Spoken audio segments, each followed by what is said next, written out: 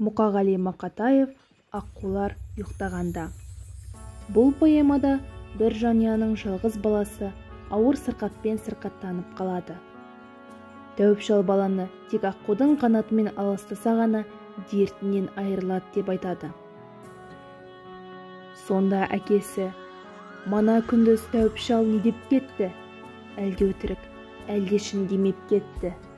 Баланың анасы әкесіне: «Аққу менен баланы аластаңдар», деді дағы жаймен жөнеп кетті депті.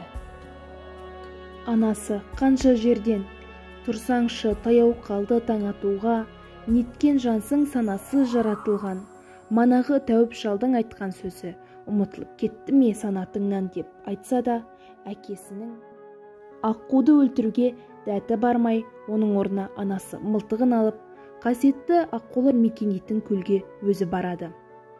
Көлге келгенде ананың қолындағы мылтығы абайсызда атылып қалады да, мылтықтың оғы аққуға тиеді. Шуды естіген қарт жылқышы көлге қарай келеді де, аққуды өлтірген анаға ақыл береді. Қалай болса да, ана аққу үйге әкеледі, алайда үйге қайтып оралғанда баласының қайтыс болғанын көреді.